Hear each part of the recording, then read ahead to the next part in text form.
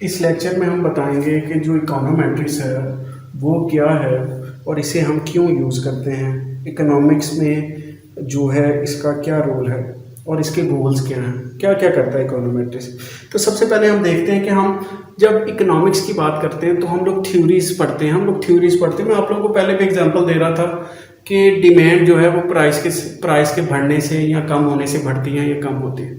इसका मतलब है जो कंजप्शन है वो डिपेंड करती है प्राइसेस पे। ये है एक रिलेशनशिप जो हमें थ्योरी ने बताया। तो जब हम इसको मैयर करते हैं, जब हम अपने इकोनॉमिक रिलेशनशिप को मैयर करते हैं तो वो इकोनोमेट्रिक्स के थ्रू करते हैं। इकोनोमेट्रिक्स हमें हेल्प करती है to measure the economic relationship. जो रिलेशनशिप जैसे हम कहते हैं कि नेशनल इनकम डिपेंड करती है जो कंजप्शन पे, इन्वेस्टमेंट पे, जब इसे हम मैयर करते हैं तो हम किसके थ्रू मैयर करते हैं? इकोनोमेट्रिक्स में। इकोनोमेट्रिक्स हमारी हेल्प करती है इसे मैयर करने के लिए। तो बेसिकली इकोनोमेट्रिक्स क्या है? इकोनोमेट्रिक्स कॉम्बिनेशन है इकोनॉमिक थ्योरी का, जो थ्योरेटिकल बैकग्राउंड जो है हमारे माइक्रो या मैक्रो देता है। फिर ये कॉम्बिनेशन है इकोनॉमिक थ्योरी का, मैथमेटिकल इकोनॉमिक्स का और स्टैटिस्टिक्स का। इकोनॉमिक थ्योरी हमें बताती है, अभी मैं इसकी एक एग्जांपल देता हूँ। एग्जांपल क्या है? इकोनॉमिक थ्योरी हमें बताती है कि consumption is function of price. Consumption effect होती है प्राइस से। इसको मैं मैथमेटिकल इकोनॉमिक्स में लिखूँ, C is equal to A plus B। ये मैथमेटिकल मॉडल है। मैथमेटिकल मॉडल जो है वो होता है डिटर्मिनिस्टिक रिलेशनशिप। डिटर्मिनिस्टिक रिलेशनशिप क्या है? डिटर्मिनिस्टिक रिलेशनशिप ये है 2 + 2 = 4। अब अगर मैं आपसे कहूं कि 2 + 2 = 3, 2 को 2 में जमा करें तो 3 बनते हैं, तो आप में से कोई भी नहीं मानेगा। इसका मतलब है ये चीज़ डिटर्मिन हो चुकी है कि 2 + 2 = 4। लेकिन इकोनॉमिक्स में जो है वो रिलेशनशिप एग्जिस्ट तो करता है, लेकिन ये एग्जैक्ट नहीं है, क्योंकि इसमें इस कंजप्शन में पी के अलावा और भी बहुत सारी चीज़ें हैं जो क्या कर रही हैं, जो कंजप्शन पे इफेक्ट कर रही है, जिसे हम क्या कर रहे हैं? कांस्टेंट कर रहे हैं। फॉर एग्जांपल आप लॉ ऑफ डिमांड पढ़े तो वो कहता है सी फंक्शन है पी का, लेकिन सी जो बाकी और भी डिटर्मिनेंट्स हैं कंजप्शन के, वो कौन कौन से हैं? वो इनकम बताता है, टेस्ट बताता है, वो आपके जो है वो प्राइसेस ऑफ अदर गुड्स बताता है। तो इसका मतलब है यहाँ हमने क्या किया? हमने कहा प्राइस कंजप्शन, हमने इसे आसान बनाने के लिए, पहले मैंने आपको बताया इकोनॉमिक्स क्या करता है, वो मॉडल को कॉम्प्लिकेटेड रियलिटी को आसान वर्ड्स में बताने की कोशिश करता है, और वो क्या करता है? वो कुछ वेरिएबल्स को कांस्टेंट कर देता है। तो हम यहाँ क्या कह रहे हैं? कंजप्शन प्राइस का फंक्शन है, जबकि बाकी सारे अदर वेरिएबल जो क्या हैं वो कांस्टेंट है। तो इसका मतलब है ये डिटर्मिनिस्टिक रिलेशनशिप नहीं है इकोनॉमिक्स में। तो फिर हम इसके साथ क्या लगाते हैं? एक एरर टर्म लगाते हैं, C = A + B P + μ। अब ये जो है ये एक एरर टर्म हमने लगा दी, इसे नाइस टर्म करें, इसे एरर टर्म करें, ठीक है। तो जो क्या कह रही है? जो कह रही है कि now it is not deterministic relationship. ये डिटर्मिनिस्टिक अब रिलेशनशिप नहीं था। तो इसका मतलब ये क्या है? ये एरर है, ये एरर टर्म हमने इसको इंक्लूड करी, और ये स्टैटिस्टिकल टर्म है। तो इसकी वजह से ये क्या है? अब ये क्या है? ये अगर इस मॉडल की बात करूं, ये इकोनोमेट्रिक मॉडल है जो कि कॉम्बिनेशन है इकोनॉमिक थ्योरी का, मैथमेटिकल इकोनॉमिक्स का और स्टैटिस्टिक्स का। तो ये है आपका इकोनोमेट्रिक का मॉडल। अच्छा, गोल्स क्या हैं? अभी मैं आप बता रहा था गोल्स क्या है। इसका मतलब हम क्या करेंगे? इकोनॉमिक रिलेशनशिप को मैयर करेंगे। अगर मैं इसी पे बात करूंगा तो फिर मैं क्या करूंगा? मैं कंजप्शन पे डाटा लूंगा, प्राइस पे डाटा लूंगा। इसका मतलब है उससे पहले मैं एक हाइपोथेसिस बनाऊंगा। हाइपोथेसिस क्या करूंगा? अब देखिएगा जो इकोनोमेट्रिक्स को हम यूज कैसे करते हैं। पहले मैं हाइपोथेसिस बनाऊंगा। पहले मैं कहूंगा consumption is negatively affected by price. Consumption is not negatively affected by price. तो मैं एक H0 बनाऊंगा और एक H1 बनाऊंगा, ठीक है जी। Null hypothesis, alternate hypothesis. तो पहला स्टेप क्या होगा इकोनोमेट्रिक्स में? To make hypothesis. पहला स्टेप होगा हाइपोथेसिस। अब मैं आपको क्या बता रहा हूं? मैं आपको बता रहा हूं कि जो गोल्स हैं इकोनॉमिक्स में, इकोनोमेट्रिक्स के जो गोल्स हैं, उसमें पहला गोल क्या है? हम मैयर करते हैं इकोनॉमिक रिलेशनशिप को। इसका मतलब है अगर इकोनॉमिक रिलेशनशिप एक है कि consumption is negatively affected by price, इसे हम टेस्ट करेंगे। हम थ्योरीज को सबसे पहले क्या करते हैं? थ्योरी को टेस्ट करते हैं। पहला ऑब्जेक्टिव इकोनोमेट्रिक्स का to test the economic theory. फिर उसकी बेस पे हम क्या करते हैं, इकोनॉमिक पॉलिसी बनाते हैं, हम फोरकास्टिंग करते हैं। तो इकोनोमेट्रिशियन क्या करेगा, वो थ्योरी टेस्टिंग, फिर दूसरा क्या है, पॉलिसी मेकिंग, फिर तीसरा ऑब्जेक्टिव क्या है उसका, तीसरा गोल क्या है वो मैंने आपको बता दिया, वो है फोरकास्टिंग।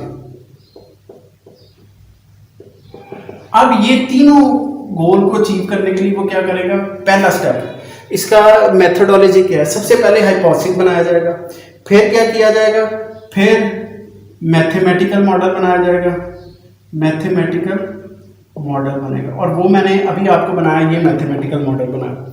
हम फिर पहले हाइपोथेसिस बनाएंगे, फिर मैथमेटिकल मॉडल बनाएंगे, फिर हम क्या करेंगे, फिर हम इकोनोमेट्रिक्स का मॉडल बनाएंगे, इकोनोमेट्रिक मॉडल, फिर हम क्या करेंगे भाई, हम डाटा कलेक्ट करेंगे, ऑब्टेनिंग डाटा, फिर हम क्या करेंगे, फिर हम एस्टिमेट करेंगे मॉडल को, एस्टिमेट मॉडल करेंगे, फिर हम हाइपोथेसिस को टेस्ट करेंगे, हाइपोथेसिस टेस्टिंग, ये 6 हो गए। फिर 7 में हम क्या करेंगे, हम फोरकास्टिंग करेंगे, और फिर हम, ये हमारा कंप्लीट आ गया। ये है मेथोडोलॉजी ऑफ इकोनोमेट्रिक्स। सबसे पहले क्या करेंगे, जब भी आपने कुछ कर रहे, कोई रिलेशनशिप जो है या थ्योरी को टेस्ट करना है, तो सबसे पहले उसका हाइपोथेसिस बनाएंगे, वो इफेक्ट करता है या नहीं करता, जब नहीं करता तो नल हाइपोथेसिस, जब करता है तो अल्टरनेट हाइपोथेसिस।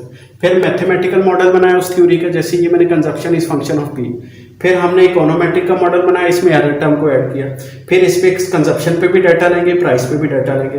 फिर एस्टिमेट मॉडल करेंगे, अभी हम करेंगे आहिस्ता आहिस्ता ओएलएस रिग्रेशन कैसे रन करते हैं।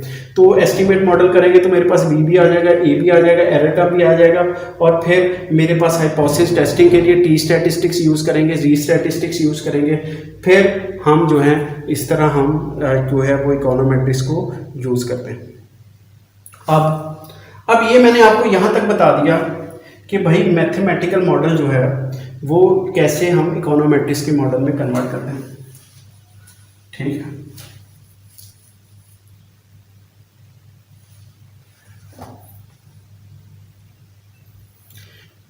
अच्छा, अभी मैंने आपको यहाँ तक बता दिया कि कैसे मैथमेटिकल मॉडल जो है वो इकोनोमेट्रिक्स के मॉडल में कन्वर्ट करते हैं एरर टर्म डाल के।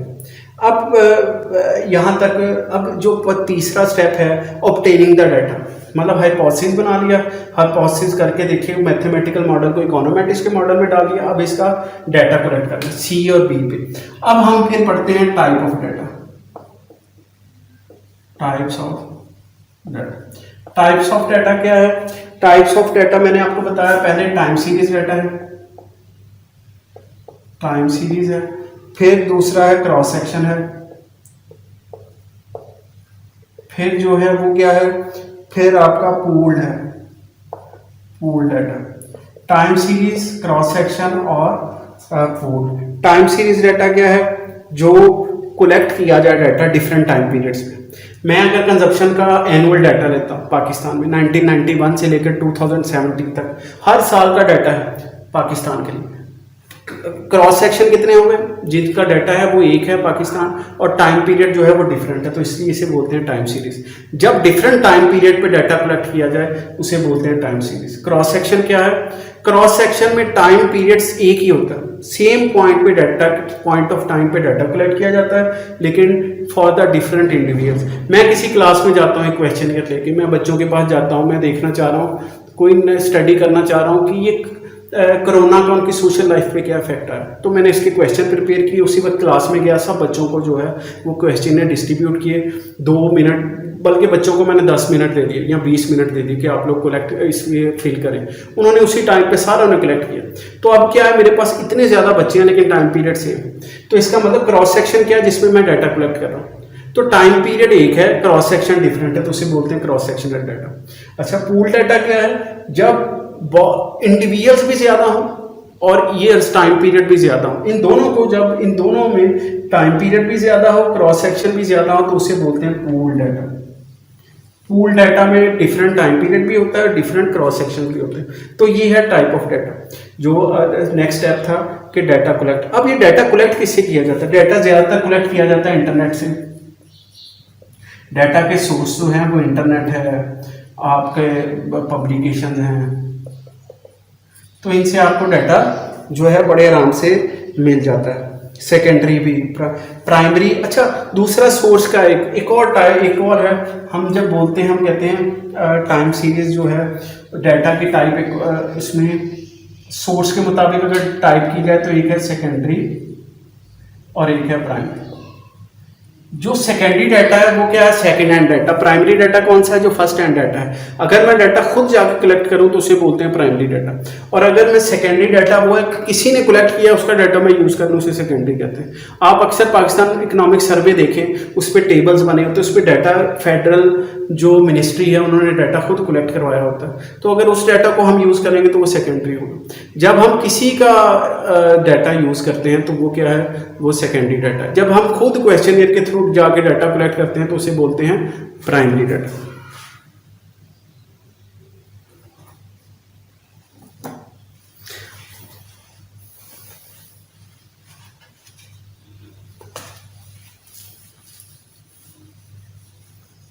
अच्छा जी, अब हमने बात कर यहाँ कर ली एक जो स्टेप मैंने आपको बता रहा था कि कलेक्शन ऑफ डाटा कलेक्ट हो गया।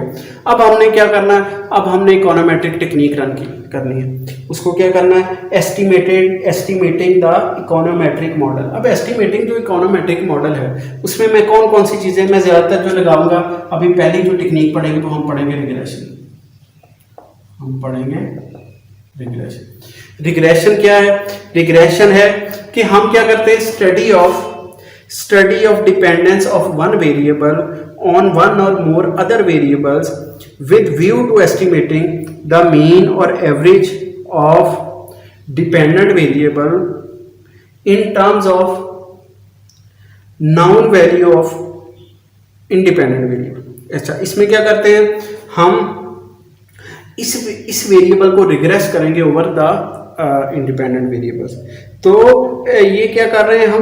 हम सी की एवरेज वैल्यू निकालेंगे। जो रिग्रेशन है, सी की एवरेज वैल्यू निकालेंगे किस तरह? जबकि हमें पता है कि पी की वैल्यू क्या है। तो हमारे पास क्या आएगा? देखिएगा, रिग्रेशन में हम क्या करते हैं? हम जब रिग्रेस करेंगे तो बी की भी वैल्यू आएगी, ए की भी वैल्यू आएगी। मेरे पास ये कोफिशिएंट भी आएगा और ये भी आएगा और ये भी आ जाएगा। तो मैं सी को दोबारा एस्टिमेट कर सकता हूँ। सी की एवरेज वैल्यू को क्या कर सकता हूँ? एस्टिमेट कर सकता हूँ। तो जो है हमारी रिग्रेशन, इसे हम नेक्स्ट लेक्चर में बड़ी डिटेल से करेंगे कि रिग्रेशन बेसिकली क्या है और इसको कैसे रन किया जाता है। रिग्रेशन जो है, थोड़ा सा अगर मैं आपको बता दूं कि रिग्रेशन क्या है। रिग्रेशन जो पहली दफ़ा किसी ने यूज़ किया वो क्या है?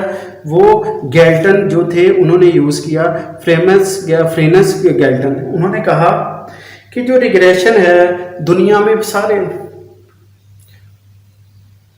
अच्छा रिग्रेशन है, रिग्रेशन में हम क्या करते हैं? रिग्रेशन में हम पहले डिफाइन करते हैं कि डिपेंडेंट वेरिएबल कौन सा है, इंडिपेंडेंट वेरिएबल कौन सा है।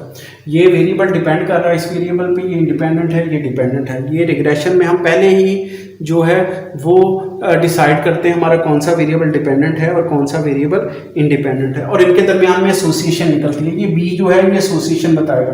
बी जो है इन दोनों के दरमियान जो है वो चेंज बताएगा कि एक में चेंज आने से दूसरे में चेंज कैसे आती है। तो ये जो है ये हमारा है जो कहते हैं रिग्रेशन। और इसके अलावा एक वर्ड है कोरिलेशन। रिग्रेशन में जब हम कहते हैं यहाँ सी जो है डिपेंडेंट वेरिएबल है, पी जो है वो इंडिपेंडेंट वेरिएबल। तो हम क्या करते हैं? हम सी को रिग्रेस करते हैं पी पे। तो रिग्रेशन में हम क्या कर रहे हैं? हम जो एसोसिएशन निकाल रहे हैं, रिलेशनशिप निकाल रहे हैं। कोरिलेशन में भी हम रिलेशनशिप निकाल रहे हैं, स्ट्रेंथ ऑफ एसोसिएशन। लेकिन इसमें हम सी पी ऐसे भी निकाल सकते हैं, पी सी ऐसे भी निकाल सकते हैं। इसमें हम नहीं डिफ्रेंशिएट करते कि कौन सा वेरिएबल डिपेंडेंट है और कौन सा वेरिएबल जो है वो इंडिपेंडेंट है। ये सिर्फ ये बताता है there is association between these two variables, लेकिन ये नहीं बताता कौन सा वेरिएबल डिपेंडेंट है और कौन सा वेरिएबल जो है वो इंडिपेंडेंट है। ठीक है, ये स्ट्रेंथ ऑफ एसोसिएशन बताएगा। तो लेकिन जो रिग्रेशन है उसमें हमें पता होता है डिपेंडेंट वेरिएबल कौन सा है और इंडिपेंडेंट वेरिएबल जो है वो कौन सा है। ठीक है, और रिग्रेशन में क्या होता है, ये जो वेरिएबल है सी, ये जो है रैंडम वेरिएबल होता है, जो डिपेंडेंट वेरिएबल है वो रैंडम वेरिएबल होगा, और जो पी है जो इंडिपेंडेंट वेरिएबल है वो फिक्स्ड वेरिएबल होगा। तो ये भी फ़र्क है रिग्रेशन और कोरिलेशन। अच्छा, ये मैं सिर्फ ये बताना चाह रहा हूँ कि देखिएगा मैथमेटिकल में हमने पढ़ा था ए कांस्टेंट है, बी जो है वो कोफिशिएंट है, और पी जो है वो इंडिपेंडेंट वेरिएबल है, सी जो है वो डिपेंडेंट वेरिएबल है। तो मैं आपको बता दूँ जो ए है वो क्या है, इसमें अगर मैं इकोनोमेट्रिक्स की बात करूँ तो ए जो है वो ये इंटरसेप्ट है, ए जो है वो ये इंटरसेप्ट है, और बी जो है वो इसकी स्लोप है, बी जो है वो इसकी स्लोप है। तो ये क्या होगा, बी होगा change in C divided by change in P, और जो आपका ए है वो ये इंटरसेप्ट है, ये ओरिजिन से इसका जो डिस्टेंस है लाइन की स्टार्टिंग पॉइंट का। तो ये है थोड़ा सा जो बताने वाली बात थी। और ये रिग्रेशन लाइन जो है, ये अगर मैं इसको ऐसे बनाऊं, ये मीन वैल्यू से गुजरती है।